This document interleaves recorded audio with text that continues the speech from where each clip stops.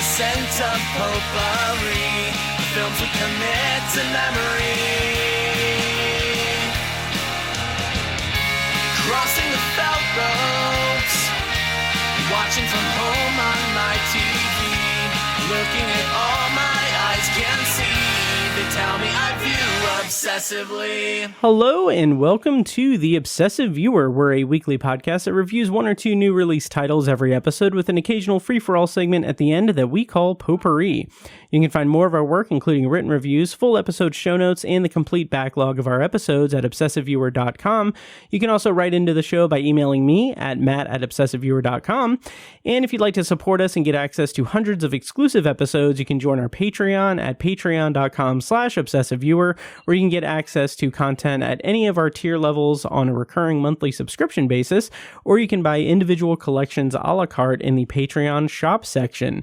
This week on the Patreon, we've got Flanagan Fridays. I'm finishing up The Haunting of Hill House, and then I will watch Oculus, and then I'll go right into The Haunting of Bly Manor week after week on Fridays, Flanagan Fridays.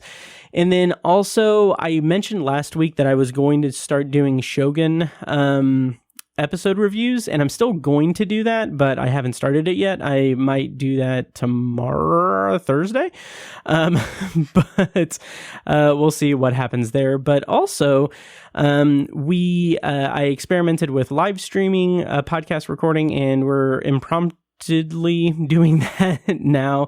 So if you want to get like a heads up on if we live stream one of these recordings, this was a completely impromptu thing, so it's not something that I planned or anything until it was right then when we were about to hit record. But anyway, if you want to get notified, join our Patreon. If you just want like notifications of when live streams go up, you can join Patreon for free. Just sign up on the free one, and then you'll get a notification when we go live.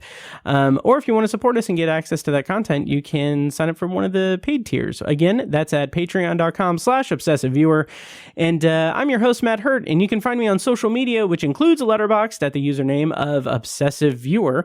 And in our featured review this week, we'll be reviewing Denis Villeneuve's latest movie, the highly anticipated Dune Part 2, which I believe opened in theaters on March 1st. And for this week's secondary review, I'll be reviewing Spaceman, a new sci-fi movie starring Adam Sandler, currently streaming on Netflix. And joining me tonight for our featured review is none other than my co-host, I meant to write it down. The Lisan, what is the word, Tiny? Lisan Al-Gaib. My own Lisan Galaib, Tiny, who you can follow on Letterboxd at letterboxd.com/obsessivetiny. Tiny, how are you doing this evening? I'm good. I'm literally Lisan Al-Gaib because that means voice from the outer world, and I'm not actually there live with you, so like that kind of makes sense. I'm actually a voice from the outer world, so I mean that is true. The outer world of Speedway. Right, yeah, totally other world. Yeah. So. Yeah. Nice. Yeah, it's funny. This is completely unnecessary to even go into or talk about or anything, but I like a couple of years ago or a year or two ago, I upgraded the equipment once, and then I upgraded the equipment again to a bigger thing. It's a whole thing. But in the last year, this exact piece of equipment that I'm using to record, they came out with a scaled down version of it that's the exact same, but only has 2 inputs instead of 4. And like in the back of my head, I'm like, I haven't recorded an in-person podcast with another person since I moved here. So it's weird. Like I could have technically saved a couple $100. But also I love this equipment. So anyway, we've got a couple of more viewers in the chat. Anyway, so we're live streaming this on YouTube. If you go to patreon.com/obsessiveviewer, sign up for the free one, the free membership, you'll get notified and everything. So, Tiny, what's going on? How is it going? Have you watched anything lately? We might do a potpourri section at the end, but anything you want to bring up in non-potpourri stuff? Yeah, I'm doing all right. Yeah, pretty good. Just the weather's changing, pretty nice. Mm-hmm. It's been really warm. Nice. I watched the new Aquaman the other day. Oh, Jesus. Against your advice. I watched it Yes. the other day. Yeah, it's really awful. I mean, in so many ways. I hadn't seen the first one in a long time, and so I'm trying to like jog my memory on like what was so charming about the first one. But yeah, it was really, really bad. Yeah, it's a bad one. It's such a weird movie for the DCEU to go out on. And it's a mess. It's weird. It's dumb. I had fun with it because I went like with a group of people in the theater, and it was Thursday night, opening night of Aquaman and the Lost Kingdom or whatever. Opening night, Thursday night, and our group was one of maybe 3 groups of people. Like our group of like 5 or 6 people, and then a couple like on the right side of the theater, and then like 2 or 3 other people, and the rest was empty. Wow. And I was just like, wow, that's incredible. That's incredible. That is nuts. Yeah. Yeah. Yeah, it's bad. It's bad. Yeah, so that's entertaining though. I won't bring this up in potpourri, but I have been continuing my rewatch of 24. Oh yeah. Yeah, which has been pretty entertaining. Like, I know I kind of ragged on it a little bit in the previous time that I brought it up. At that point I was on season 2. I'm in the middle of season 4 right now. Because it's a very watchable show, obviously. But it's gotten better. It's enjoyable. There are plot threads that I completely forgot about from season 4. Like there's this whole run of like 2 episodes really where it's very convoluted, but basically a suspect that they are going after let off an EMP bomb. So all the like every piece of electronic equipment was fried in like an 8-mile radius.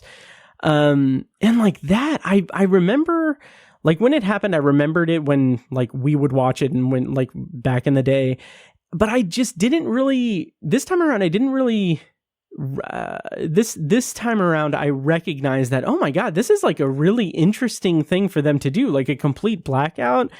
It's almost like this post-apocalyptic thing. But it was cool. So I'm enjoying it. So yeah. Nice. Yeah. I don't know if I'll see it through to the end, but that's the plan though. So yeah. How many episodes were there of that show? Oh, geez. Okay. 8 seasons of 24 episodes. I can't math. What is 8 times 24? Yeah. Whatever. I don't know. I can't either. Yeah, but it was a bunch. And then let me discreetly take my phone. Okay, 8 times 24. I think it was 8 seasons. Yeah, 8 seasons. 194? 192 plus one prequel movie before season 7, I think, plus the 12 episode Live Another Day miniseries that I still haven't seen. So around 205 episodes, give or take, because I can't remember if they did anything. Oh, one thing that I really liked that I thought was really funny was that Jess said 192. That was close, but one of the things that I really enjoyed is that season 4, they like in the heyday of 24, they were really going for like the mobile, like mobile-sode episode things. So I remember before season 4, they did like a prequel like short that was like 5 minutes long, and it was basically it was really funny watching it now, because watching it was basically the short was establishing that, Jack Bauer got fired from CTU, and so after hey, Robert from Utah is in the chat, hey, and Jess said I wasn't guessing, you asked the math question, I answered it. But the funny thing about 24, the preview episode or the prequel episode to season 4, was that it established that that Jack Bauer got fired from CTU. So before, after season 3, he got fired from CTU, and then season 4 starts with him working for the Department of Defense, the Secretary of Defense. But the prequel, what is so funny is that since it wasn't made for air, since it wasn't aired, it was something that was on DVD, so they were able to get away with something. So basically what it boils down to is it shows bad guys doing bad guy things, and then it shows it establishes that Jack Bauer is in a relationship with Audrey Raines. The way that it does that, it shows him coming into her hotel room in the middle of the night, and they don't show them having sex or anything, but it's they're hooking up 6 hours before day 4 starts. But then it shows 6 months before that, it shows him getting fired from CTU, and him leaving, and Aaron, the head of CTU at the time, saying hey, I can make some calls if you want to, if you need help. And then it's just Jack Bauer saying I can find my own fucking work, Aaron.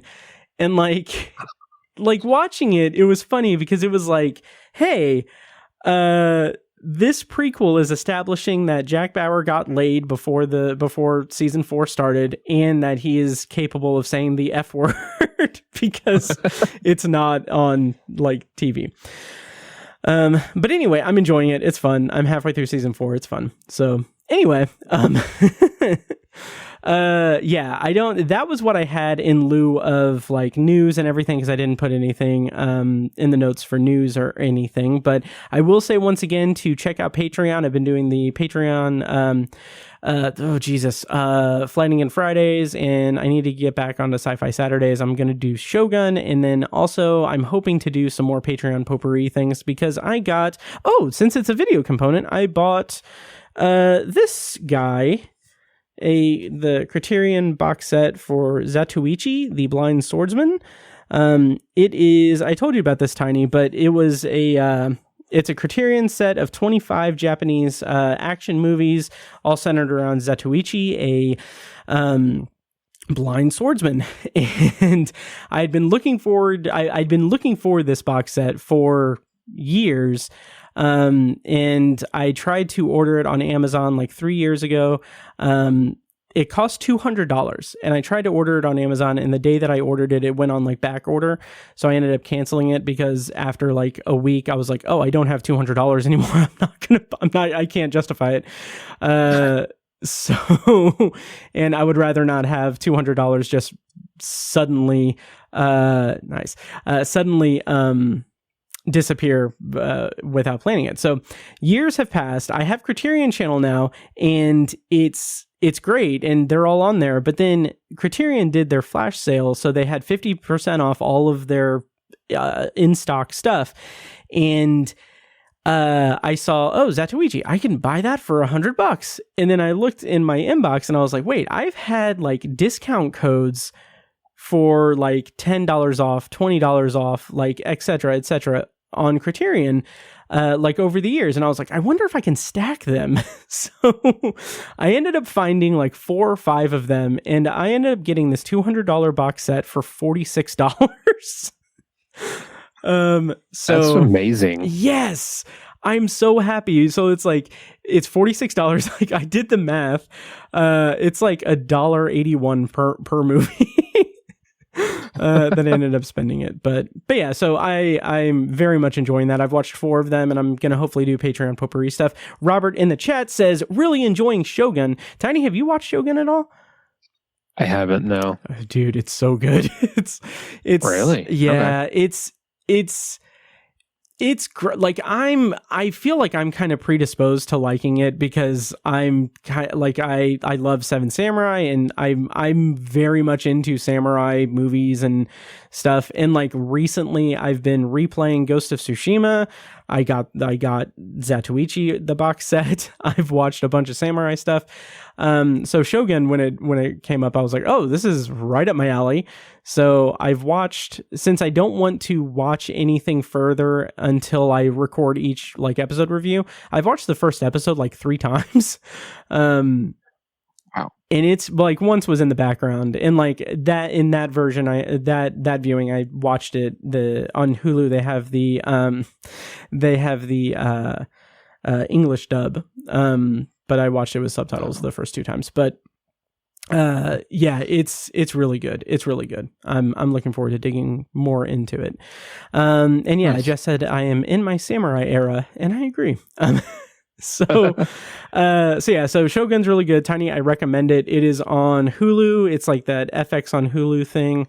Yeah. Very cool stuff. Very good stuff. Nice. I didn't realize it was a miniseries, so. Yeah, I don't know if it's planned as a miniseries. Does it say miniseries online anywhere? That's what IMDb says. Okay, because I don't know if they are planning it as a miniseries, or because it's based on a book that was made into a miniseries in 1980. I don't know if they're going to do a series. Like, I don't know if there's multiple seasons, because there's plenty of stuff that they could do. But what's really interesting to me about it is that, like, the star of it is Hiroyuki Sanada. Yeah, who I love. Like, he's great. He's been in so many things. Obviously, Sunshine is the big one for me. But yeah, he's fantastic. And it's cool because like he is playing he's playing a stand-in for a historical figure. So that's all I'll say about that. But he the person who played that character in the 1980s miniseries is Toshiro Mifune, who is, you know, a legend. So it's just cool to see that. But anyway, I recommend it. So yeah. Cool. I feel like my face is red because I'm nervous about being live streaming this. But anyway, that's all the pre-show stuff that we have to kind of discuss. Do you want to get into our featured review of the night, Tiny, or is there anything else you want to talk about before we go into our Dune 2 review? I think I'm ready. Nice. All right. So we're going to go ahead and go into our featured review for the night. We are going to be reviewing Dune Part 2. We're going to do a non-spoiler and then spoiler review to break up into the spoiler section. I'll play a clip from the trailer, so you know you'll have fair warning. If you want to navigate around it, check the show notes for timestamps.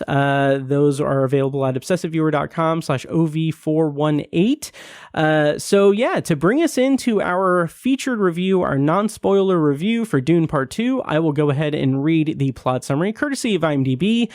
Paul Atreides unites with Chani and the Fremen, who, while seeking revenge against the conspirators who destroyed his family. Director was, of course, Denis Villeneuve, and writers were Denis Villeneuve and Joe Spates, based on the book, of course, Dune by Frank Herbert. And the cast includes Timothée Chalamet, Zendaya, Rebecca Ferguson, Javier Bardem, Josh Brolin, Austin Butler, Florence Pugh, Dave Bautista, and Christopher Walken. And just for reference, I have a written review of the first Dune movie on obsessiveviewer.com, and we reviewed Dune Part 1 on episode 356 of the podcast. Yeah, so Tiny, you got to see this at the State Museum in IMAX, correct? I sure the hell did, yes. Nice. And that was 70 millimeter. What did they show? Yeah. Okay, nice. Yeah. What was your experience? Non-spoilers. How did you feel about it? Robert in the chat says that he said it was good and he's seeing it in IMAX tomorrow. I'm very jealous of that because I have not gotten to see it in IMAX, and I didn't get a chance to see it a second time before recording this. But anyway, Tiny, non-spoilers. What did you think of Dune Part 2? I was more than satisfied. I was so thrilled with how it turned out. I feel like it's generated a lot of conversation about Denis Villeneuve as a filmmaker. At least that's what I've been seeing, like online. So many people are talking about his body of work, and his place amongst the great directors, great living directors, and his skill as a sci-fi director. Those conversations have been interesting, and it's really had me wondering about what, is this his best movie? A lot of people are saying it is. I don't know. I got to see the other ones again, but it's really inspired me to watch his body of work again. I think to me, what's so notable about Dune Part 2 is just the achievement. I think I was so impressed with Part 1, after different attempts with the Dune property. There was the Children of Dune miniseries on Sci-Fi or whatever that was called. That's right. And the John Lynch movie from the 80s, which I sort of defend to an extent, at least the director's cut. But nothing has really been thrilling. This is such a insurmountable story to tackle. And with the first part, I was like, he surmounted it. It is no longer insurmountable. He can totally do this. This can be done. This can be an amazing experience.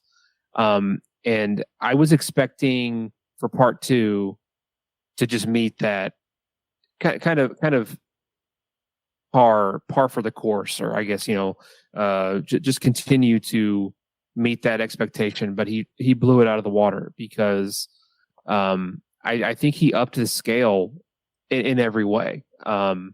We got to spend so much more time with all these characters. The Harkonnens in the first movie are kind of, there's so much in the background. They were, and I think it needed to be that way because they're so. One thing I loved about the first one, it was so almost like a horror movie when you were watching the Harkonnens, because they're so brutal and so dark and just not even almost not even human anymore.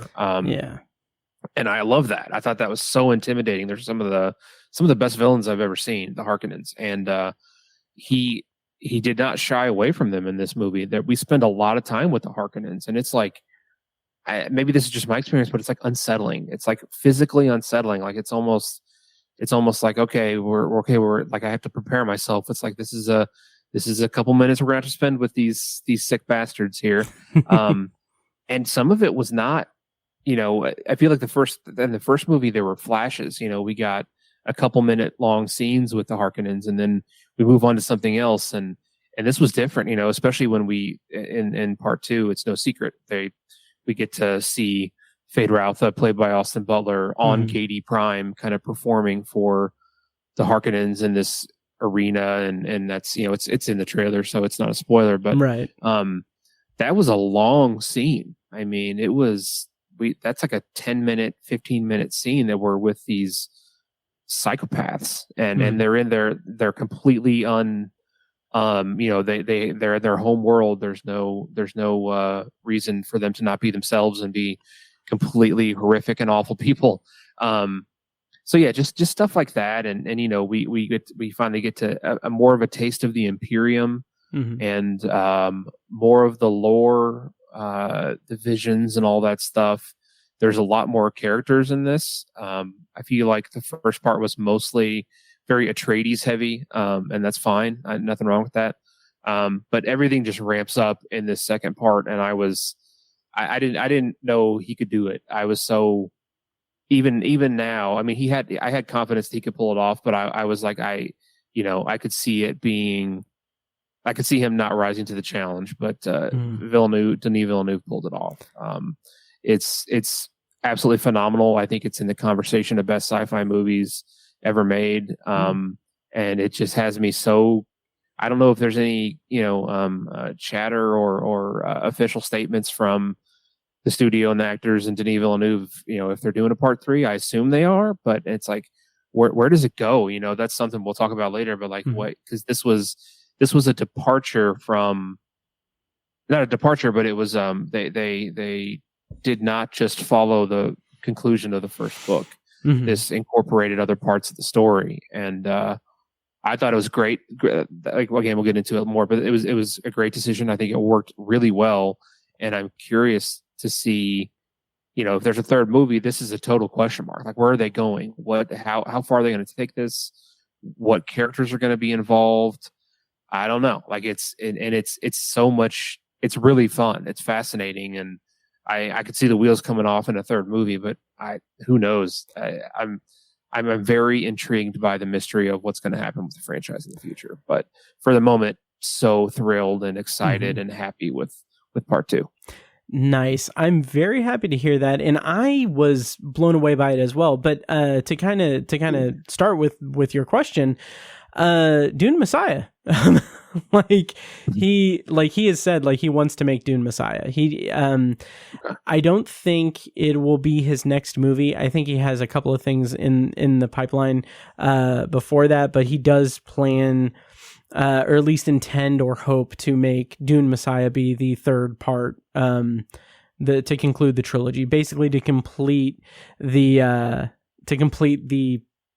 whole Paul Atreides arc. And like Robert in Utah said, Tiny, Dune Messiah goes places. And from what I remember, Tiny, have you read Dune Messiah?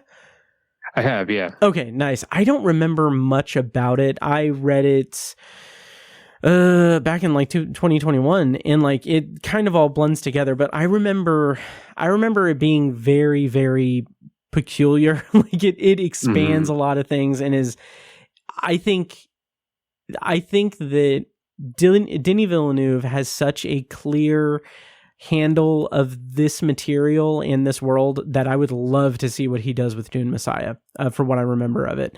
But to kind of talk about my thoughts on it, this movie was fantastic, and I was somewhat not disappointed with Dune Part 1, but like if you go back and read my written review, I rated it 3 stars. And like since then, I have watched that movie 3 times. So I watched it once in the theater, twice in the theater, and then once at home to record a commentary for patreon.com/obsessiveviewer.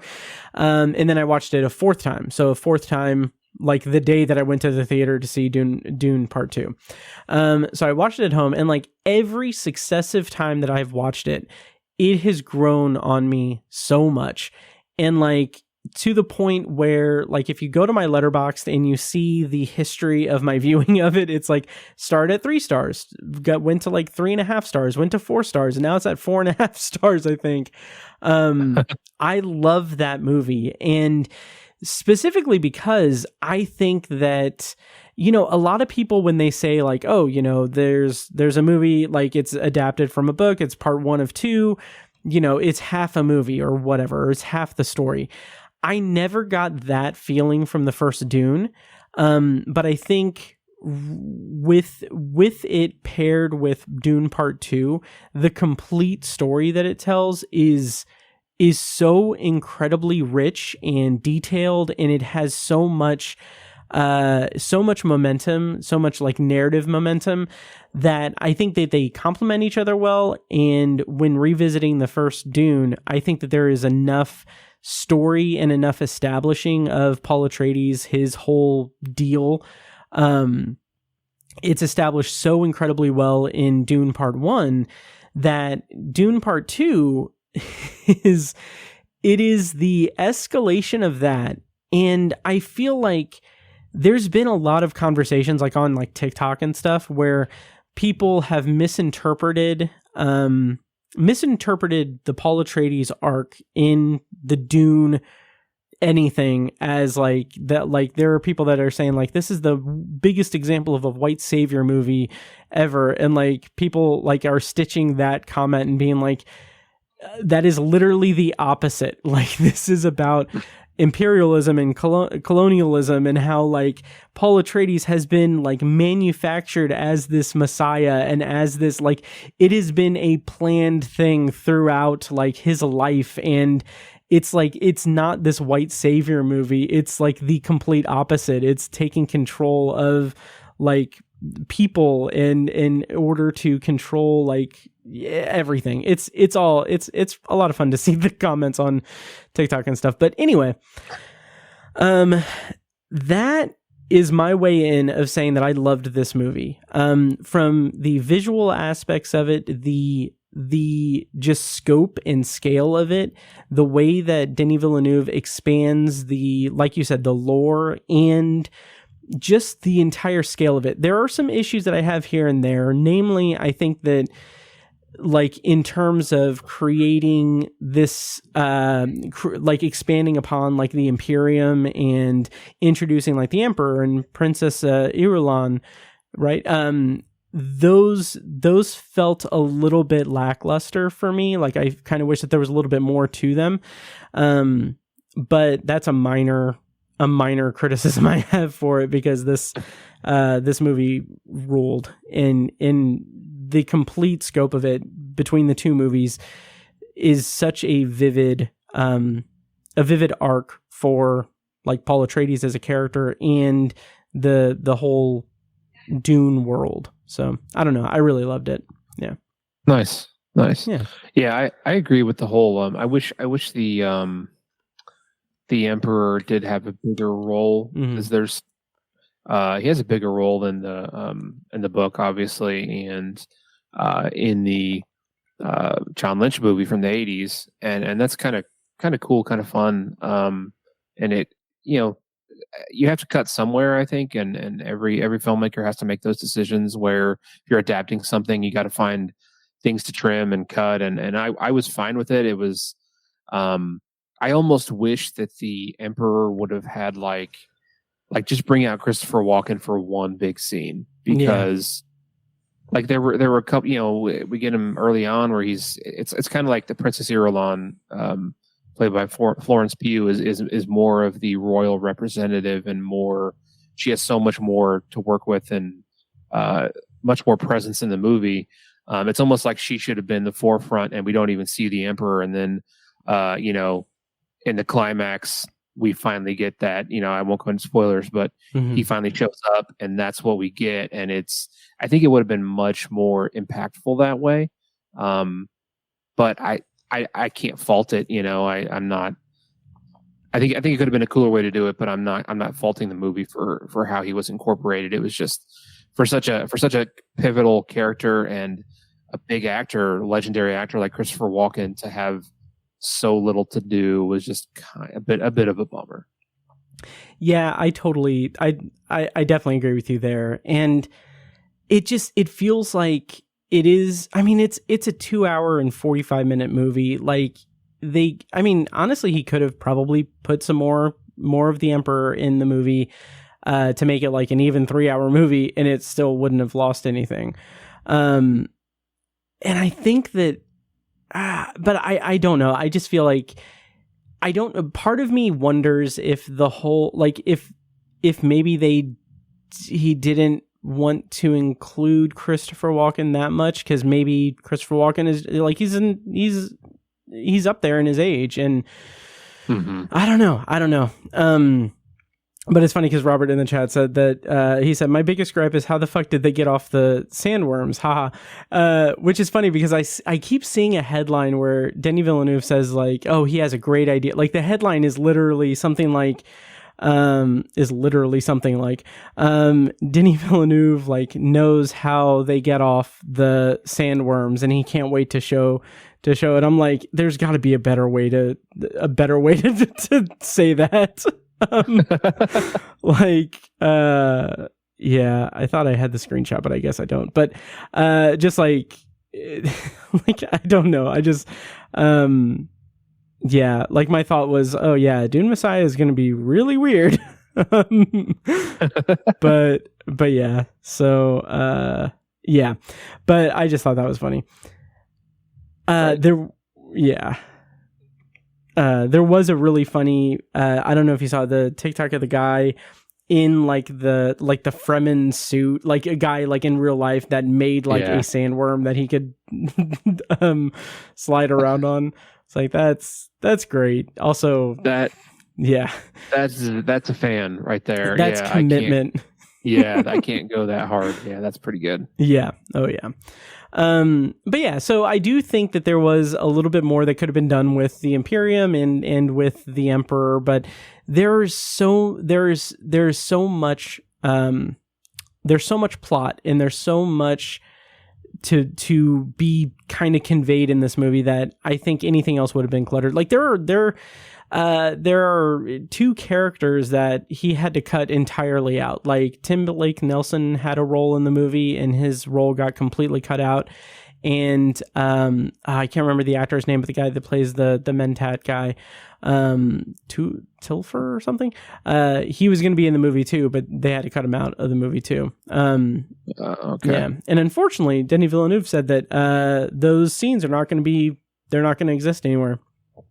Because he said that if a scene's deleted from the movie, it's because it's gone, it's dead. Like he doesn't want it anywhere, I guess. So, wow, yeah, that's kind of a bummer. Yeah, but I assumed. Yeah. Sorry, the Thufir Hawat, the Mentat. Mm-hmm. I assumed he died in the first movie, but I guess they never actually showed it. Yeah, no. Kind of like Josh Brolin, Gurney Halleck. They never actually showed him dying. Right.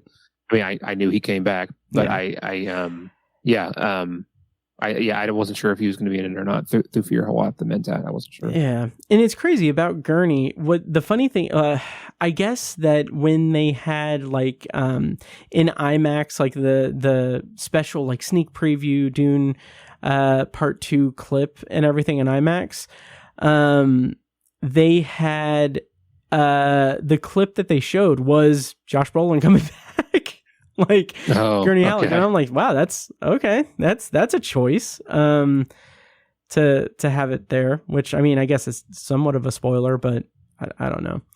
I feel like Denis Villeneuve is just like, well, whoever the producers and everything in the movie were just like, no, he didn't die. Like they didn't think it was some big secret that he's going to be in the movie or that he that he was still there. And it's like not everybody read the books. Yeah.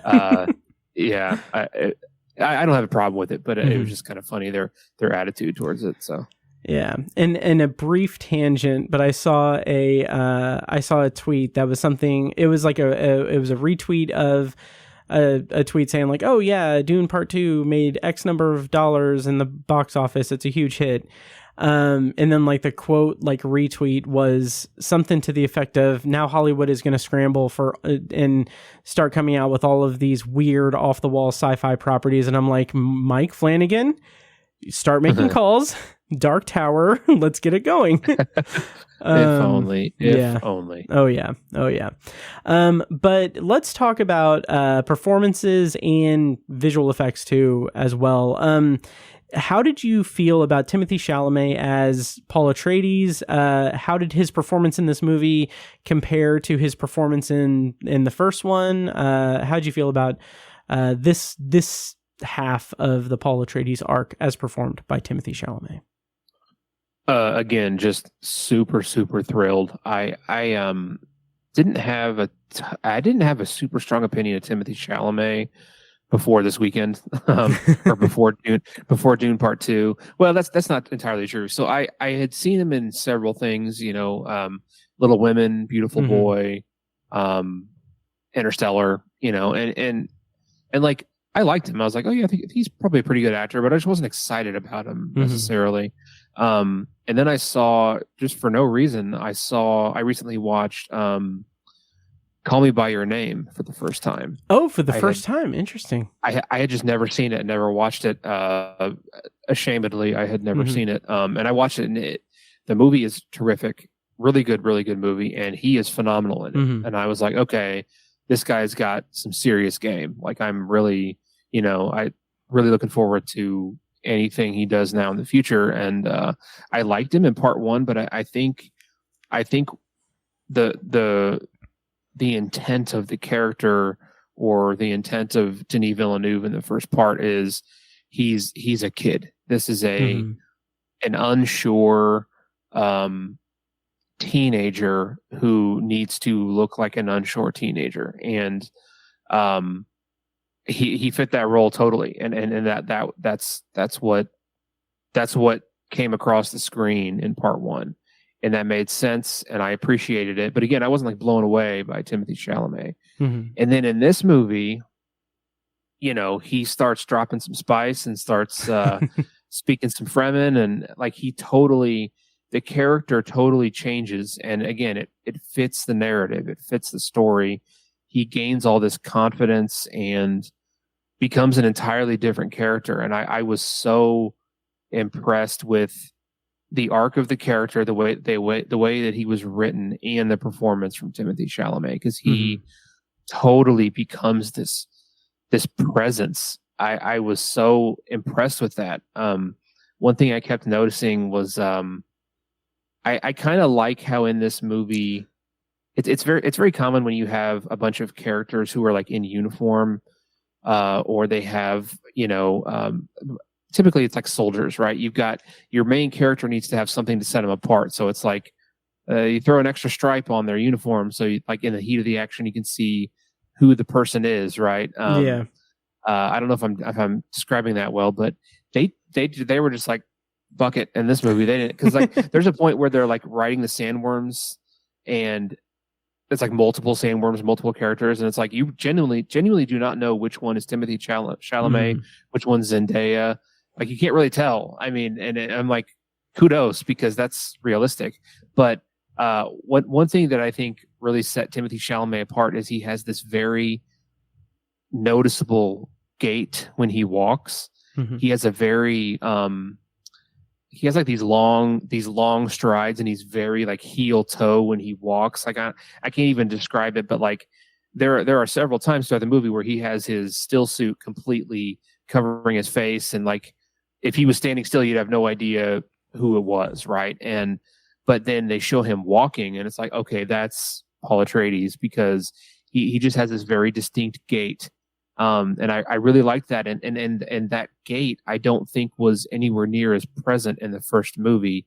He's sort of, he's sort of like hunched a little bit in the first movie, kind of has his head down a lot, because he's this, he's like a prince, essentially, who's still learning from his father and all these great people, in the first movie. And so he has this, reserved attitude throughout the first movie, and again, that makes sense, and I liked it. But even physically in this second movie, he has his chest up, and he's much more, when he walks, it's with much more purpose. And I feel like even that physical thing was such a great creative choice, because I think it set him apart physically and visually, and it just felt like maturation and confidence and all the things you want to see in an emperor who's going to lead the literal universe.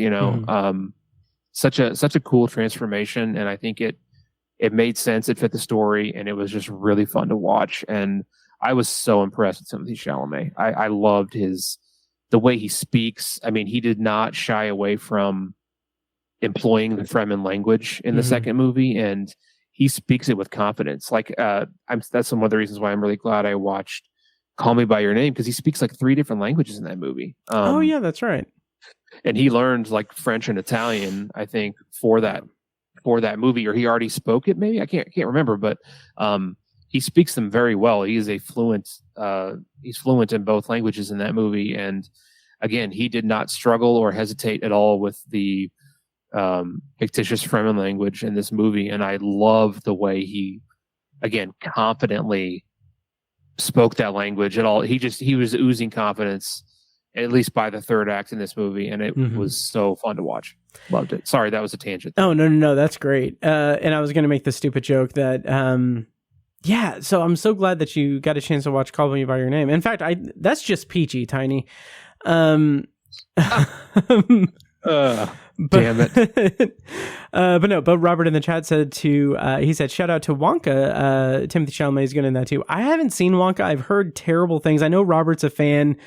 I will need to watch it and see what I think about it. But I'm a big fan of Timothée Chalamet. I wasn't even a big fan of Call Me by Your Name. When I saw it, I need to revisit that, but I do remember being very impressed with his performance.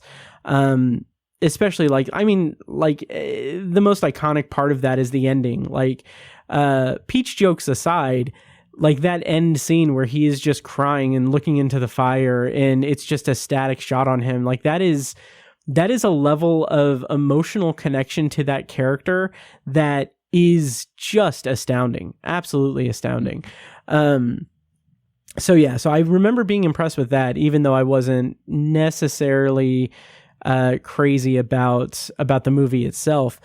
But I do think that this performance here is one of his best performances yet. Last week on the podcast, I think it was last week, Brent said that this was his favorite Timothée Chalamet performance of all time, like of all of the performances he's seen. And I think that is very much up there for me too. He was also in Bones and All, which I enjoyed his performance in that movie as well. I was looking that up by the director of Call Me by Your Name.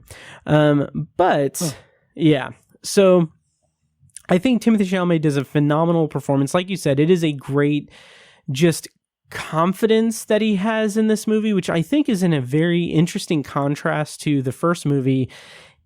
Because like upon rewatching Dune Part 1 several times, my kind of takeaway from it each time was that, oh man, this, like his performance is really honing in on Paul Atreides as a conflicted person. He is someone who has he's having these visions of the future, which alone, like that's crazy. That's something that's going to pull him in so many different directions. But he's also torn between like his family duty to his father and how like his father wants him to carry on the name of Atreides and be like the next in line there. And then he has like the whole Bene Gesserit thing and how he could be the Quasar Katarak or however it's pronounced. And he just has these conflicts, and we'll veer into spoilers here in a bit. But what I found so strong about Dune Part 2 is that it's not what I expected. Even me having read the book twice, I didn't expect it to necessarily go the way that it did in this movie, because I was so focused on the first movie establishing him being torn between like his family lineage, between like his duty to his father and duty to his mother's like crazy Jedi sect. And like I like coming out of Dune Part 1 and going into Dune Part 2, I kind of just like misremembered the book and thought that, oh, the whole arc, the movie, the story is about him forging his own path with the Fremen and becoming like the messiah of the Fremen. And being that specific like hero's journey story. But what is so fascinating to me, and what's so interesting about the way that the internet has been kind of misinterpreting things, is that it's not that. It's a different thing that we'll talk about in spoilers. But I just really liked the arc of Paul Atreides and the way that Timothée Chalamet just expanded on the character and really, really did a phenomenal job communicating just the inner turmoil and conflict, and also hinting at what he could become in the future. So I don't know, I just really loved it. Yeah, totally. Yeah. We'll go into spoilers here in a bit because we haven't even scratched the surface, honestly. Yeah, right. Other performances, rapid fire. How'd you feel about Florence Pugh, Austin Butler, and the rest? How'd you feel about the performances in the movie overall? Everybody else was great. I have nothing critical to say, really. I think the standout was probably Austin Butler, because I hadn't seen him in anything else besides Elvis. I think I haven't seen him in anything else, and so it was great to see him as a true villain. I think he embraced the part, did a great job.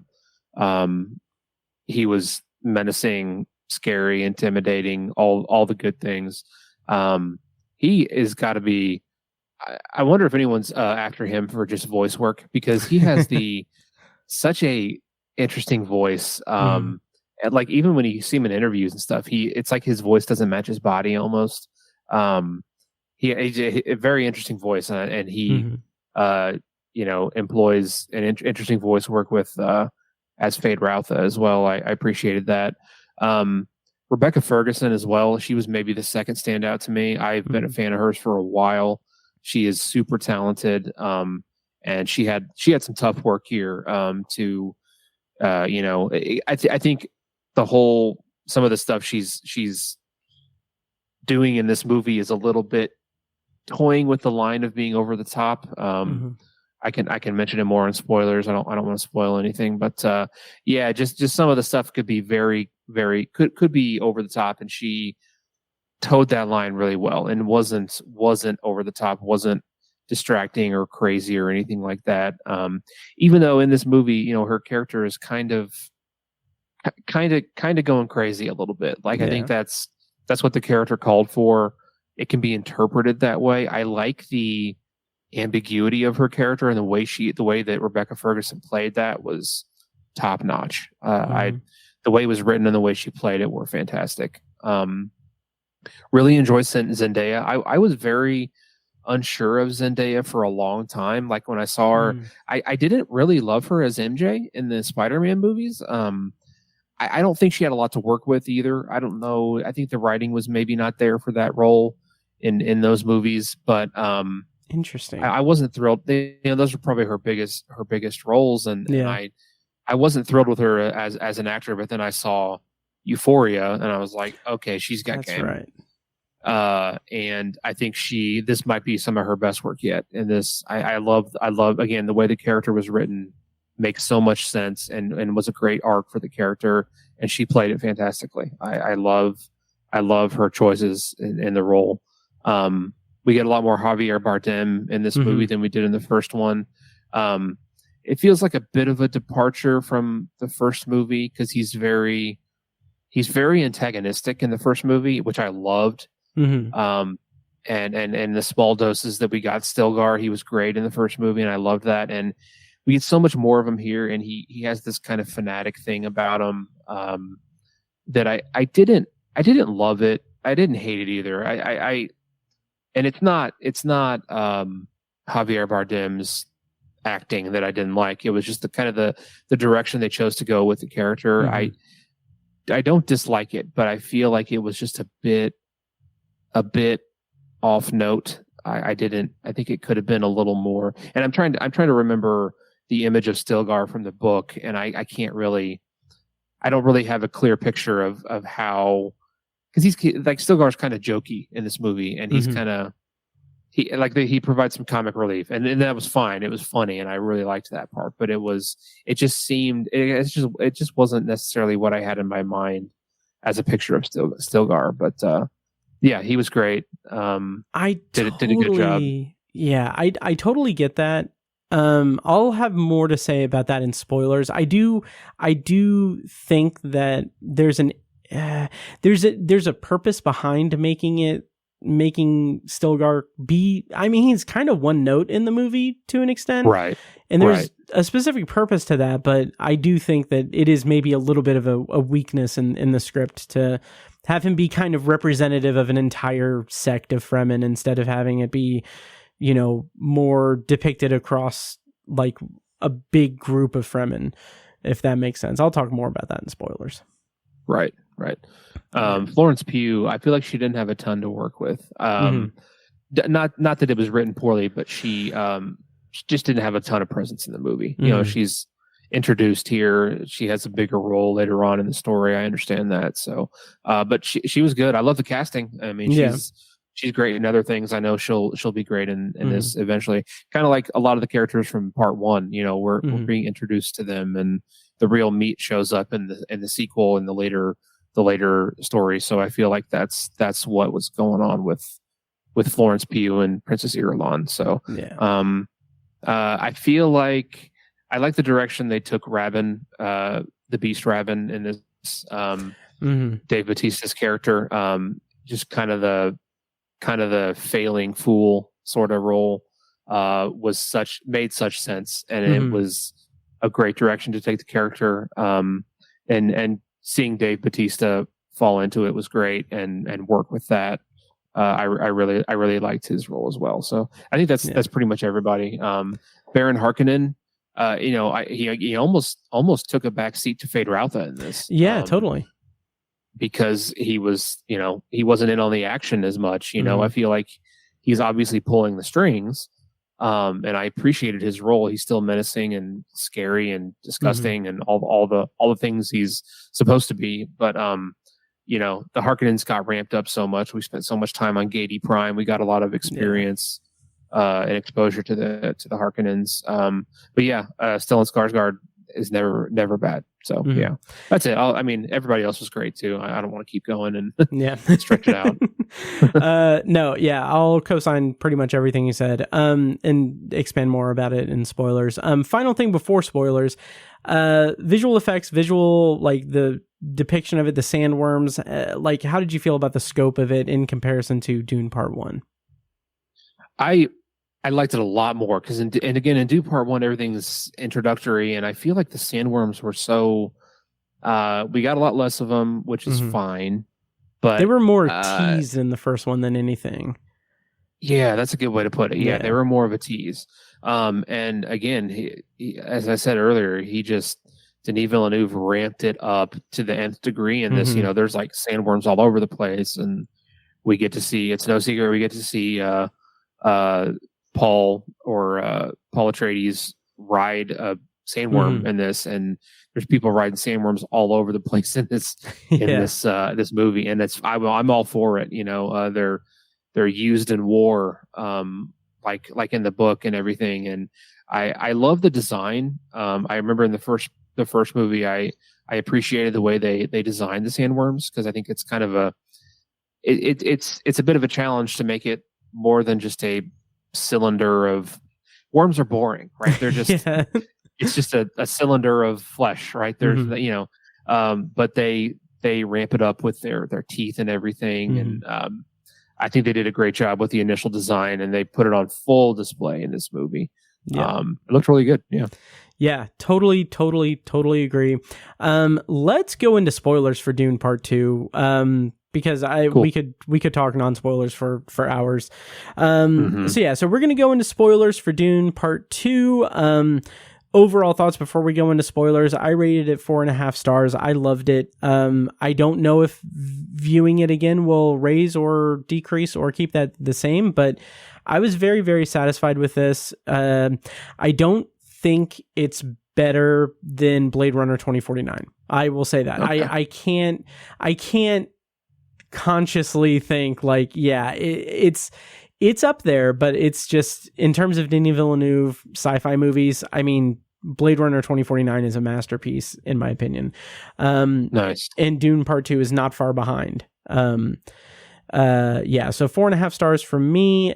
Tiny, what was your rating? And also any thoughts on seeing it at the State Museum IMAX on 70 millimeter? Any standout things about that before we go into spoilers? I gave it 5 stars, nice. Which I tend to rate things high anyway. So, and it's, it's going to be in my top 10. There's no way it won't be.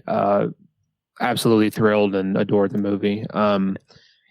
Seeing it at the State Theater, the State Museum Theater, was fantastic as always. I love true IMAX. It's every time I go there, I'm just astounded by what that is. I mean, it's movie theaters and movie screens are cool. Just an average one by themselves, if you really sit back and think about it, is a cool thing. But double it in size and double the sound, that's just astounding to me. And there's only 11, like 11 or 12 or something, in the whole country. I mean, that's just, and there's only like 25 of them in the whole world or something like that.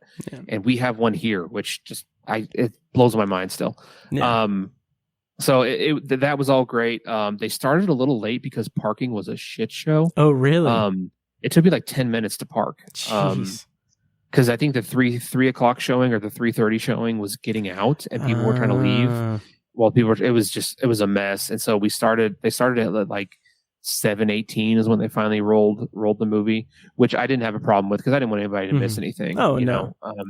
So I didn't have an issue with it. Some people were bitching, and I was like, grow the fuck up. Yeah. And then the last thing I'll say, this has nothing to do with the movie or the theater, but the person sitting next to me before I even got to my seat, had spilled their entire drink on the floor. Oh my God. And it was all right in front of my seat. And Jesus. At first, like when I first got to my seat, I was like, geez, all right, whatever. I didn't really think much of it. I was like, I'm gonna have a wet floor or whatever. No big deal. I'm gonna be watching the screen. I don't care. But of course, I wasn't thinking ahead. It dried and got beyond fucking sticky. I mean, yeah. Every time I moved my foot, it was like somebody taking a 10-foot sheet of Velcro and ripping it off. Oh, like God. It was. I couldn't move my feet until we reached an action scene in the movie because it was so fucking loud for me to move my foot.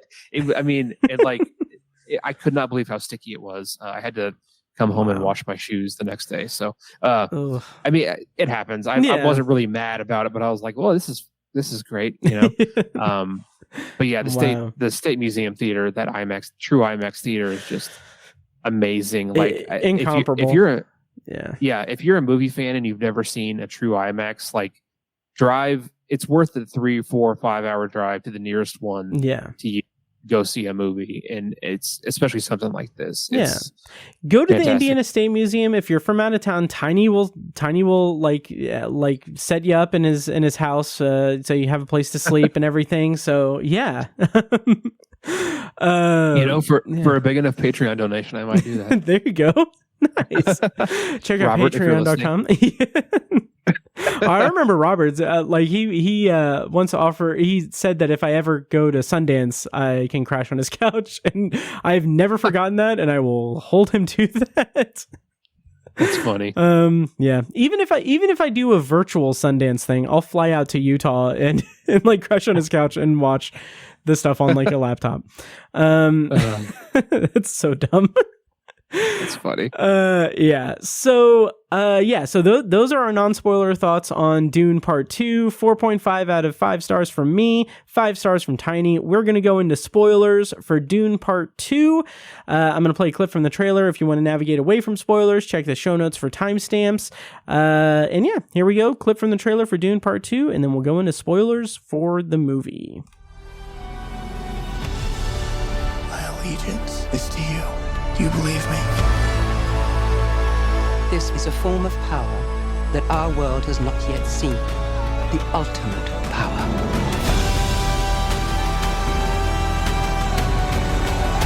I want you to know I will love you as long as I breathe. You will never lose me as long as you stay who you are. Consider what you're about to do, Paul Atreides. Silence!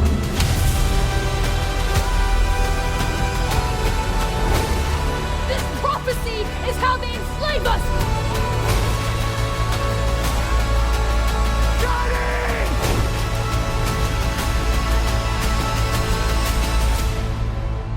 You are not prepared for what is to come. All right, so spoilers on for Dune Part 2. Robert says, I'll keep that in mind, Tiny. And Matt, you're still on, so we've got verbal commitment there. That's binding. That's binding. That is binding.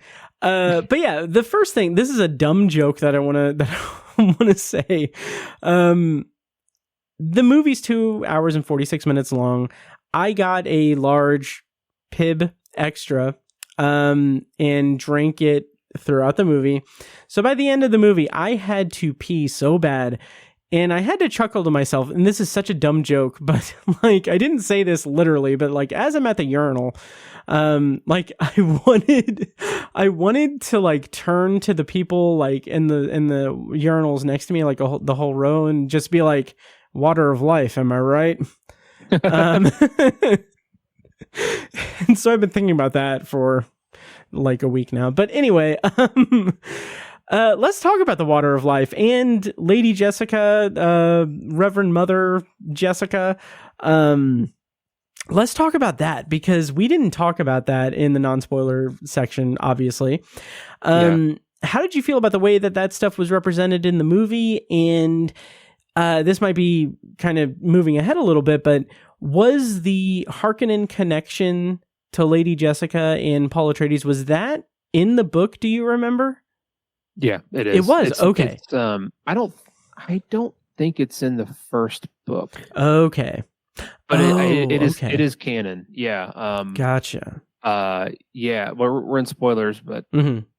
this is a spoiler for the books. But fuck it, Mhm. like, so the Reverend Mother, who is Lady Jessica's mother, she was assigned to Baron Harkonnen, and it was her assignment to birth a daughter, and so she wanted him to, reproduce, mate with her, basically, and he refused for a long time, I think, and then she finally requested it enough, and he was like, okay, I'll give you a daughter, I'll give you a kid, and just like trigger warning, like brutally rapes her, apparently. Oh, Jesus. And that's how Jessica is conceived. And the Reverend Mother gets him back by later on. I can't remember when. I think she kind of because when he was a young man, he was not deformed and grotesque the way he is in the movie. He was a normal, quote unquote, normal looking person, and she put some kind of curse on him to make him the way that he is because of the way that he raped her, and that's why he looks the way he does. Yeah, so I haven't read that part in the books, but apparently that is in the books. I don't know if that's a Frank Herbert original 6 books canon, or if that's Brian Herbert later on, or the other authors that have written some of the short stories and other stuff. I don't know where that comes from, but to my knowledge, that's canon.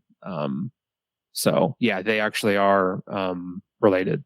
So yeah, okay, because I had I had either forgotten about it or wasn't in Dune Messiah, because that's as far as I got. But I will say this, watching this movie made me when I was reading the first Dune and when I read Dune Messiah, I felt like it's an incredibly dense work, and it's kind of more fantasy than sci-fi, and I'm more sci-fi. I'm more of a sci-fi guy than fantasy. So I kind of felt like it was a little bit hard to get into.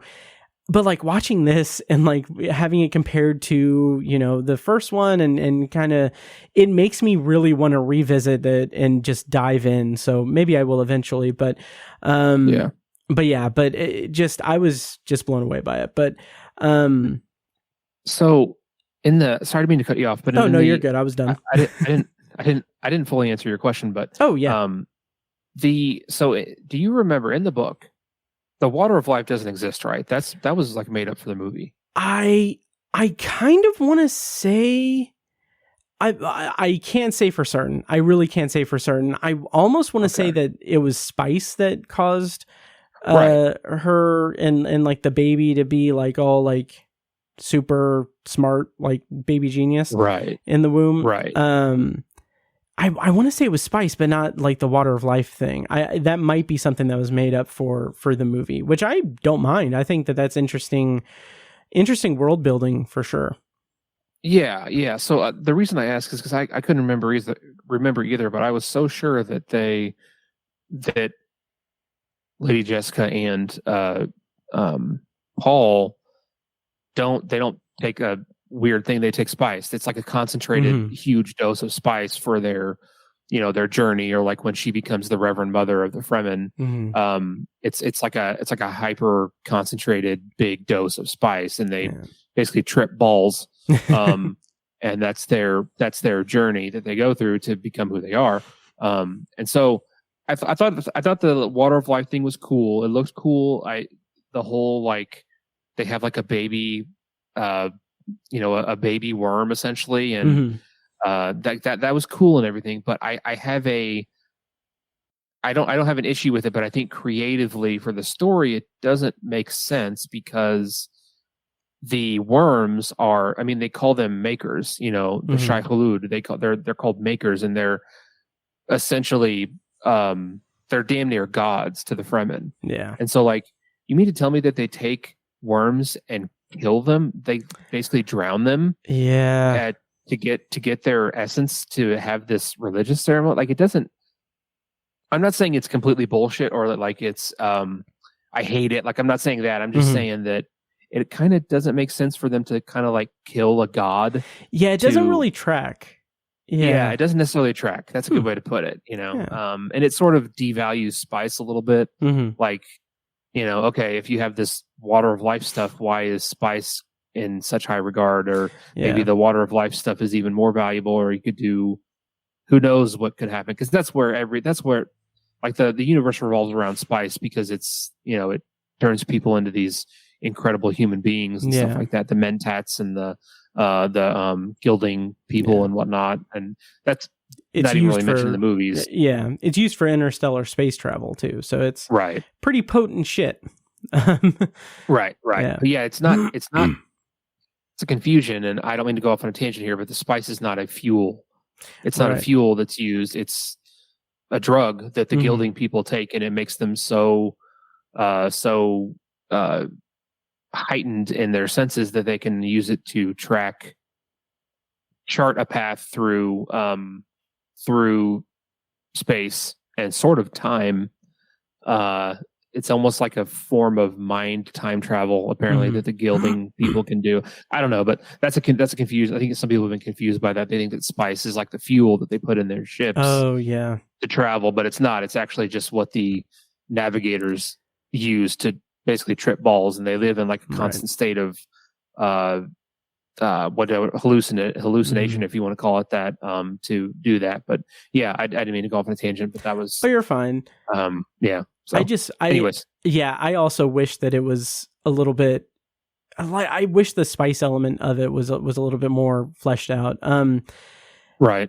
I had also completely forgotten from the book that, like, again, this has been a few years since I read the book. I'd completely forgotten about the pregnancy and the baby, and like I'd completely forgotten about that. And Robert said that IGN spoiled Anya Taylor-Joy, and he was fucking pissed about it. Which I hate that so much. Like when I guess that like she showed up at the premiere, and there was like I think that there was like a they were saying like, oh yeah, she's in the movie, and like that's okay, I guess. But like when she popped up, I'd kind of forgotten about it, and I was like, oh, okay, shit. So they got her for that role. She plays the grown up. What's the kid's name? I don't remember. Yeah. Aaliyah or something. I can't remember. I think so. Yeah, something like that. But yeah, and like, and that's unfortunate, because I mean she's a great actress, and it would have been cool to be surprised in the movie. But whatever. I didn't know about it. Yeah. I was surprised. Oh, nice. It wasn't spoiled for me. So yeah, I love it too. She's awesome. Great casting. Oh yeah. She's gonna be in Furiosa this summer. Right. Yeah. So, and that also makes me eager to see what presumably Dune Part 3 or Dune Messiah will look like with her involved and everything. So that should be interesting. Right. So we talked about that. The thing with Javier Bardem and with Stilgar being this just like champion for Paul Atreides, there's been so many great memes. Like, it is ridiculous. Yeah.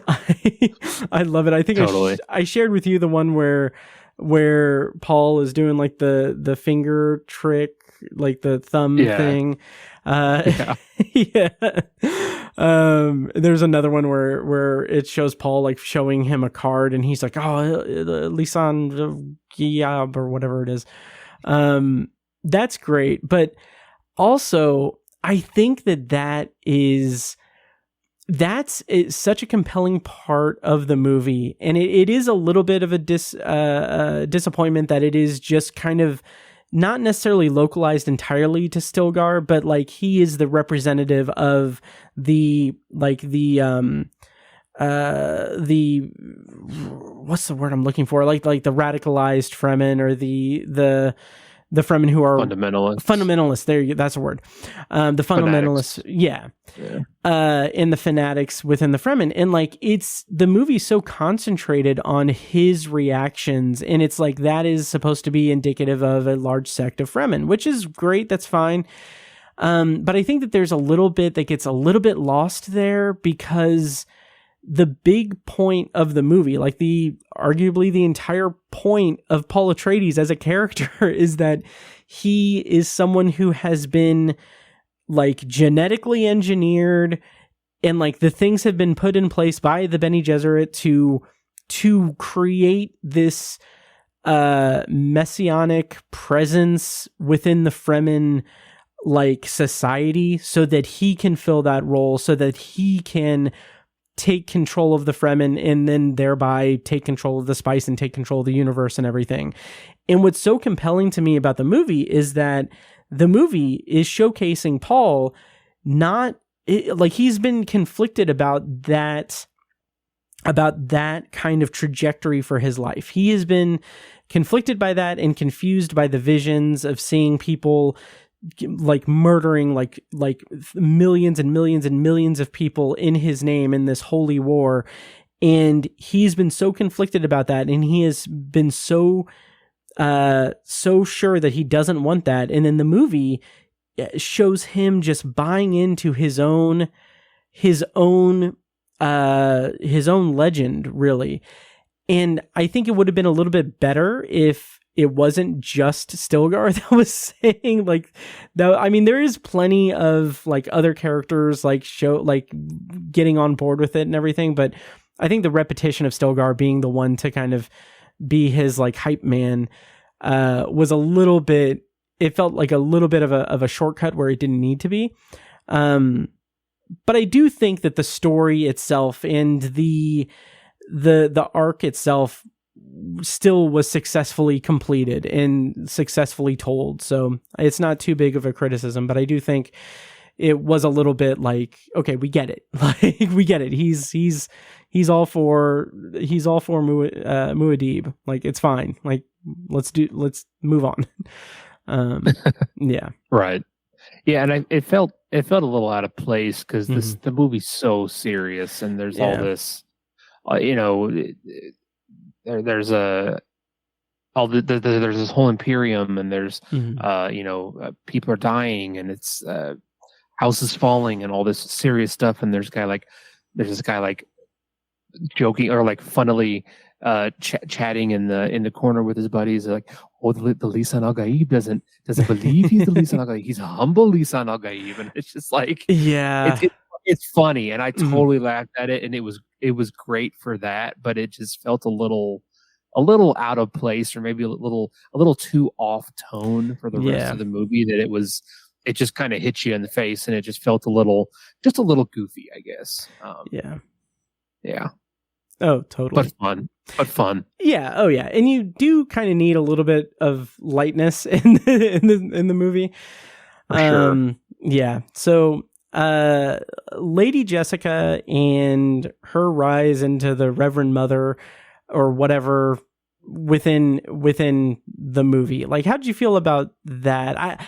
I'll start and just say that I kind of feel like the movie positioned her to be someone who is working the Fremen from the inside and pushing this savior idea into the fundamentalist group, or into like the northern or southern Fremen. And like, that's great. But I also feel like maybe because of time constraints with the movie, it isn't as prominent as it should be. It's more like, I'm going to go and preach Muad'Dib to the people who can affect change within the Fremen, and then it's like cut to she's more pregnant and her baby's talking to her, and like maybe she's saying something about Muad'Dib here and there, but I just kind of felt like it was setting it up to be like the big part of her arc, and then it kind of turned out to be more of it's a behind the scenes sort of thing that she did in the interim between a fully sentient fetus in her stomach. Right. Yeah. Yeah. So. I agree. I think it was, I'm not disappointed with it, or I don't have a big issue with it, but I agree. You know, we talked about it earlier, like you have to cut somewhere. There has to be time constraints somewhere. So I agree. I feel like in the first act and the second act, she has this big occurrence where she, she takes the water of life and she becomes this Reverend Mother and goes through a big transformation, and she's a big part of the story. And then she really fades into the background. Yeah. And she's nowhere near as present in the remaining, like the second half of the movie. Yeah. And again, that's maybe a little bit on task, because that's kind of how the Bene Gesserit are, right? They fade into the background and they whisper in the shadows, like, hey, this is what's going on. Lisan al-Gaib, this guy he's the Messiah, you know? So maybe it's a little bit on track, but at the same point, like it doesn't necessarily fit the storytelling, I guess, or it doesn't fit the tone of the first half of the movie, I guess, for her character. So yeah. I agree. I think it was a little bit goofy, but ultimately, I don't have a major problem with it. And then as far as I sort of touched on it in non-spoilers, but the whole talking to her baby thing, I liked it, and it's on track. It's on track for the book, but damn, they were really playing with fire there, because that could have been so cheesy and weird, and goofy. And thankfully, the baby wasn't really talking back, right? Because that would have been that. I mean, if you had a little CGI baby moving its mouth talking, that would have been really bad. There's a little bit of it where it's telepathic, right? They're not. It's not like she can hear with her ears her daughter talking to her. It's telepathic, so that makes sense. And there's a little bit of the baby talking back to her by the end. But I thought it was actually kind of cool, and I think it was fun character work to have her talking to her daughter. Yeah. Because she looks nuts, but it's not comical. It's not like it's not hammy, right? It's just like, wow, she's going through something. You know, that's what it feels like, and I can't understand what she's going through. This is wild, and it felt good, and I think it worked in the movie. But definitely. Damn, it could have been bad. Yeah, with a lesser. Well, really, if you want to know how bad it would be, look at John Lynch's Dune. There's a lot of inner monologue in that movie, and it does not work. There's a lot of like people having monologues in their head, and it's like a voiceover, and you're just looking at the character sitting there, and there's a voice, and it's not good.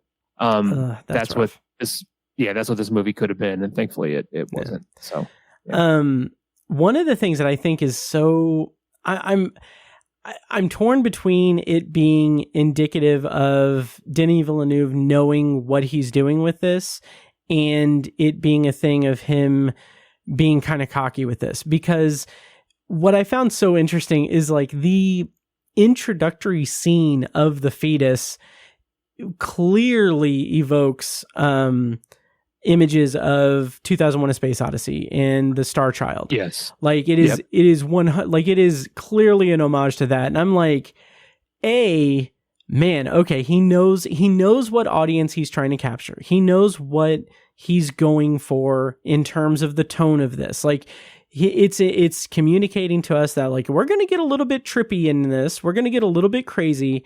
But also just the confidence. And granted, like he's already proven himself to be confident because he made a freaking sequel to Blade Runner that was like I said before, a masterpiece. So he doesn't need to prove himself anymore, but like just like the way that he was just so confident to be like, oh, hey, here's an image from here's an image that is similar to iconography of science fiction. One of, if not in my opinion, at least the greatest achievement in science fiction. Here's this image to put you in that frame of mind, and then here's my movie. Like, I don't know. I just think that's really, that's fun. That's fun of Denis Villeneuve. But like you said, it was playing with fire, and I think it worked really well. It worked incredibly well. It did. Yeah. And it makes me very curious to see, because I don't remember Dune Messiah all that much. I remember parts of it that I don't want to say for spoilers, but right. But yeah. How do you pronounce Austin Butler's character's name? Fade Routha. Fade Routha. He made out with his uncle. Little bit. Yeah. Little bit. Yeah. Apparently that was. I wonder. Oh, Go ahead. I was going to say, apparently that was something that wasn't planned. Like, Okay. he just went with it, and I think he says he said in an interview or something like, Stellan Skarsgård, he's game for anything. Like, he's good. But yeah, that was That's a choice. funny. Yeah. Yeah, that's what I was going to say. I was like, I wonder if that was in the script. Because I think Austin Butler's a pretty good improviser. Apparently, the part where he's introduced in the movie and he licks the blade. Oh, yeah. That was improvised apparently. Wow. Yeah. So I think we're going to see a lot of great things out of Austin Butler over the years. Oh yeah. One of my, I don't remember if I said this on the podcast or not, but I think Mike Nichols has a movie coming out.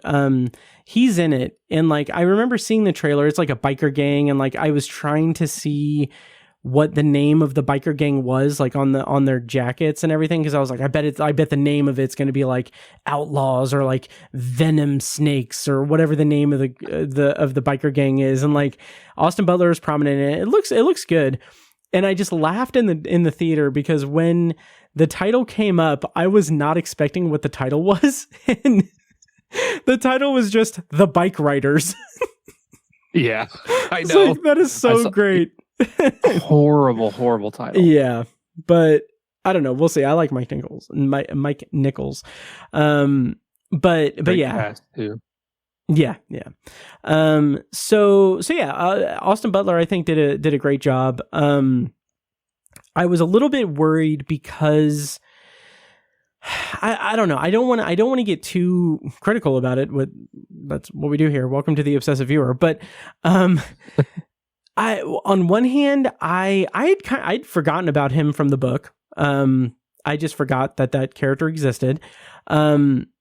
But also, like, I came away from the movie thinking, would it have been better if he was introduced in some capacity in the first movie? Because he just exists in this movie, and then now he's gone, and it's like, I don't know. I kind of feel like there could have been a lot more room to. I think the big takeaway from me is that when we get that duel with them, which is beautifully shot, beautifully like it looks incredible with the sun in the backdrop and everything.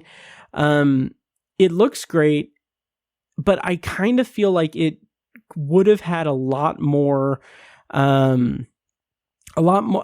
stakes and a lot more importance if, this was a character that had been built up from the first movie and into this movie as a very worthy adversary. But because he wasn't in the first movie, I feel like this movie had to do a lot of work establishing him, building him up, and like that scene in like that Gladiator Stadium thing was great. It was awesome, but it also felt like literally the scene before that is I think Florence Pugh telling the Bene Gesserit, like saying like, wait, he's insane. He's a psychopath. It's like, okay, well, yeah, and then you're going to show us and everything. Like, don't directly tell us that he's a psychopath. Yeah. I don't know. It just felt like a little bit forceful for me. Yeah. Yeah. The word I used was, it was a little bit clumsy. Yeah. Yeah, the way he was introduced, and yeah, I think you're right. He could have been introduced in the first movie, or at least talked about. I think in the book, what I remember of Fade Routha is he has very few lines. He's got like 10 lines in the whole book.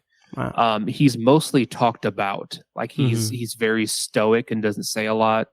And it's mostly people talking about how brutal he is, scary he is, psychotic, all those things. And so it sort of makes sense that he's a background character.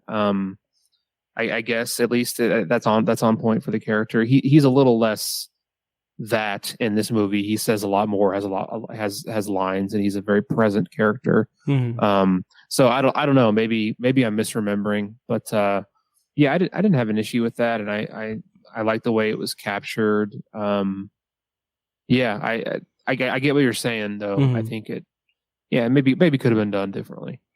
Nice. Yeah. Anything else in spoiler? Well, one thing I want to bring up real quick is again, another kind of light criticism of it is that I feel like that that confrontation between Gurney and Dave Bautista's character, the Rabin, Yeah. Rabin, like that, I feel like also could have been expanded a little bit. But also my dumbass and my brain was like, oh, it's cool. It's like, it's Thanos and Drax. Which is also funny because of the context of their relationship in the movies. But like that showdown, I felt like was a little bit just sudden. Like it was just a little bit easily concluded, I guess. Yeah. I fully agree. That was one of the only issues, like in the movie theater. I was like, okay, this could have been done a lot better. Yeah. I thought it was clumsy too. I agree. I think that it was a little anticlimactic in multiple ways. First of all, it was very sudden, like you said, just jumped in like, oh, we're in the climax of the movie. We need to throw this in there too. Yeah. And it was also, I didn't love. It was very quick. Like there wasn't really a fight. It was like a couple moves and boom, he's dead. Like, which thank God, because he's horrible. But you know, it was this big moment for Gurney Halleck, right? This guy killed his family, tortured him, all that stuff. And it was so quick and anticlimactic, but also I feel like the line was just not on par with Dune. I mean, he says like, that's for my Duke and my friends. And I'm like, really? Like that could have been in a Percy Jackson movie. You know what I mean? Like it just didn't fit Dune to me. Yeah. I think it could have been a much more poised line, and just he didn't even mention his family. Like they killed his family, and it's like he doesn't even mention them. I don't know. I just wasn't super thrilled with that part. Yeah, I totally agree. But despite that, great movie. Fantastic. Anything else we want to talk about before we close out this review of Dune Part 2? I think those were all the major things. Again, I can't wait to see. So I ended up, I need to read the books, and I've read the first one a couple times, and I read Dune Messiah once. And so I actually ended up buying the first 6, like a combo pack of the first 6 books in paperback. Oh, nice.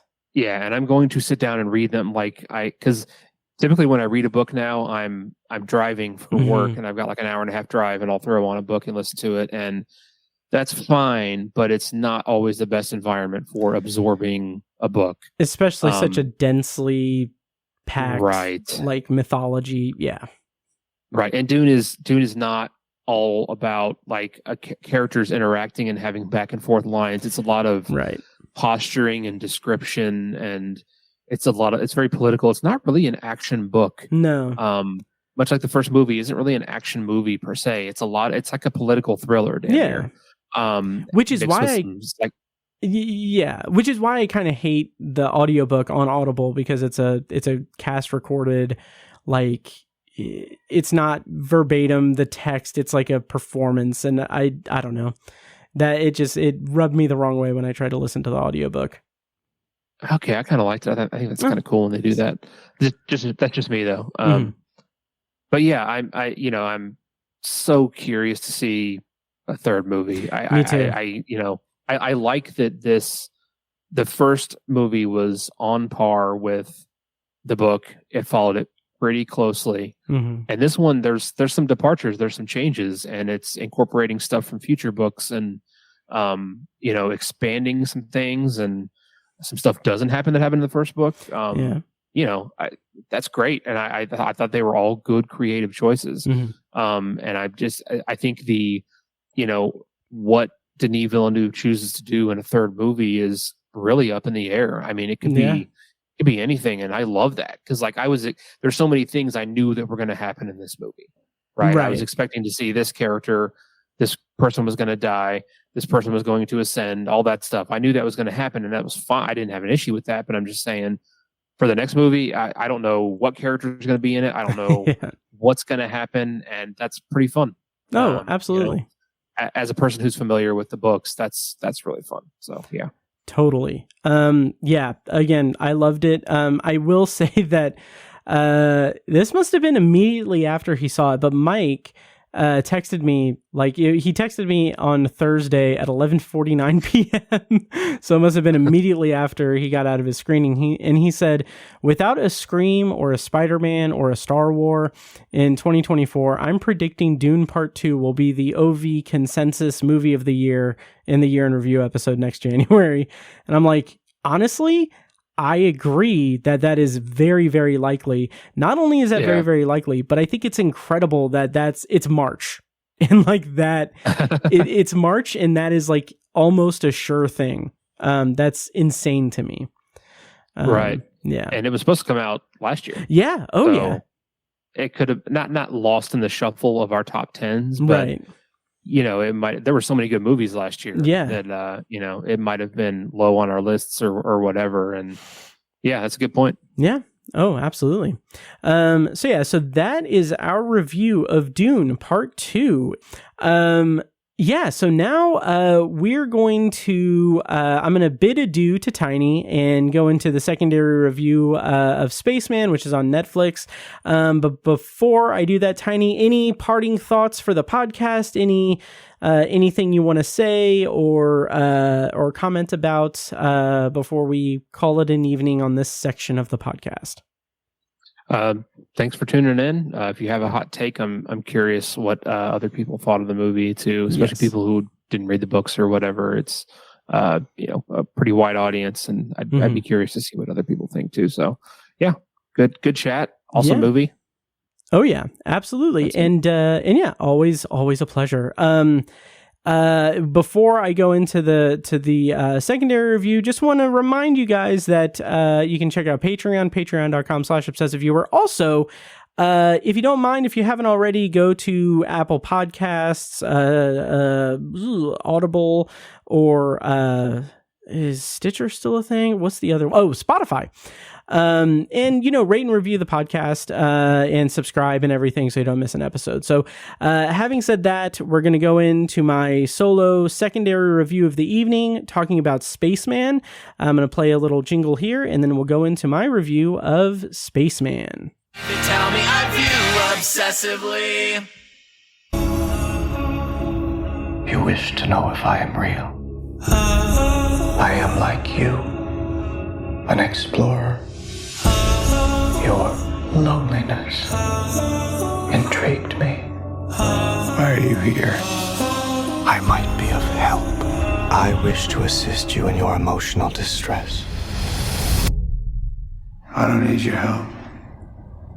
But you do. You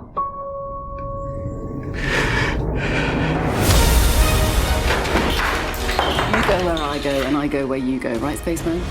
These are your thoughts. Alrighty, so I'm going to round out the episode with a secondary review of Spaceman, which is currently on Netflix. It dropped on Netflix on March 1st.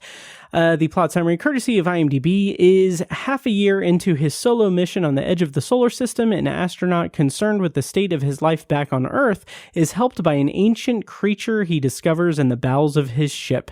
Director for this movie was Johan Renck, and writer was Colby Day, that was based on the book Spaceman of Bohemia by Jaroslav Kalfar.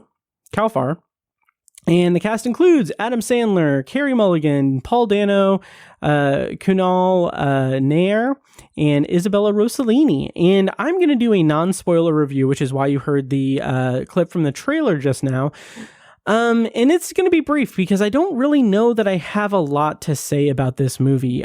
It is a very, very slow-paced movie, and it's very slow and contemplative. And that's the type of science fiction drama that I, like, no pun intended, very much gravitate toward. I really love that type of storytelling in a science fiction drama. But this movie really didn't really didn't do it for me. It is very, very meticulously slow. It's not an issue of it being slowly paced. It's an issue of it not telling a compelling enough story. At the core of it, Adam Sandler's character Jacob he's like the plot summary said, he's half a year into a mission where he's orbiting around Jupiter, and his wife Lenka is back home on Earth. She's pregnant, and basically the movie begins with her trying to send a message to him telling him that she wants a divorce and she no longer wants to be married to him. And we get a whole thing with Mission Control choosing not to send that message, and then that kind of creates this rift between Jacob and Mission Control, and also Jacob has a lot of maybe not fully hallucinatory experiences on the spaceship, but he has like this existential crisis that is really much brought to life by the appearance of a giant spider that talks to him. Very peculiar. The spider's name is Hannes. I can't remember if that's the pronunciation, but it's voiced by Paul Dano, and it kind of operates as this giant spider space therapist for Jacob. And that's all well and good. That's interesting as a way to dive into the issues that Jacob has in his personal life and the issues he has in his romantic life, and the way that he views like romance and the connection that he has with Lenka. That's interesting. That is interesting enough on its own. The failing of the movie is that it doesn't really give us enough of the connection of Jacob and Lenka. And there are only maybe 2 or 3 scenes that show like them together in like a flashback. And it just didn't give me enough context for their relationship or why they worked together so well before the mission to really make me feel anything for that chemistry or anything for the drama between them. And that's why it made it just such a drag, such a slow moving movie for me. And it really tried my patience. And by the end of the movie, I mean, there's a lot of instances throughout the movie where it bends, like it bends reality or Jacob's perception of reality in some relatively interesting ways, but not in an interesting enough way to really capture my attention. Like, this is the type of science fiction film that wants to dive into that metaphysical surreality of like the surreal aspect of like what is the nature of being and what's the nature of the universe and what is out there beyond like our stars and everything. Those are really, really, really compelling ideas to present in a sci-fi movie, but when you present them in a way that isn't that interesting, for lack of a better word, or isn't like the movie doesn't really go full steam into like the metaphysical aspects of the story it's trying to tell. And because of that, it just kind of falls short. And by the time we get to the just really trippy, mind-bendy stuff, I just think like, okay, I'm trying to figure out what they're going for.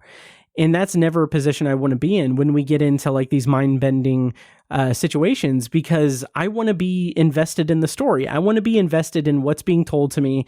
And for me to think like, okay, well, we're getting into this weird metaphysical and metaphorical kind of landscape where Jacob and the spider are in this precarious situation, but I don't know at this point, A, what's reality, what's not reality, and B, I don't know what the stakes are.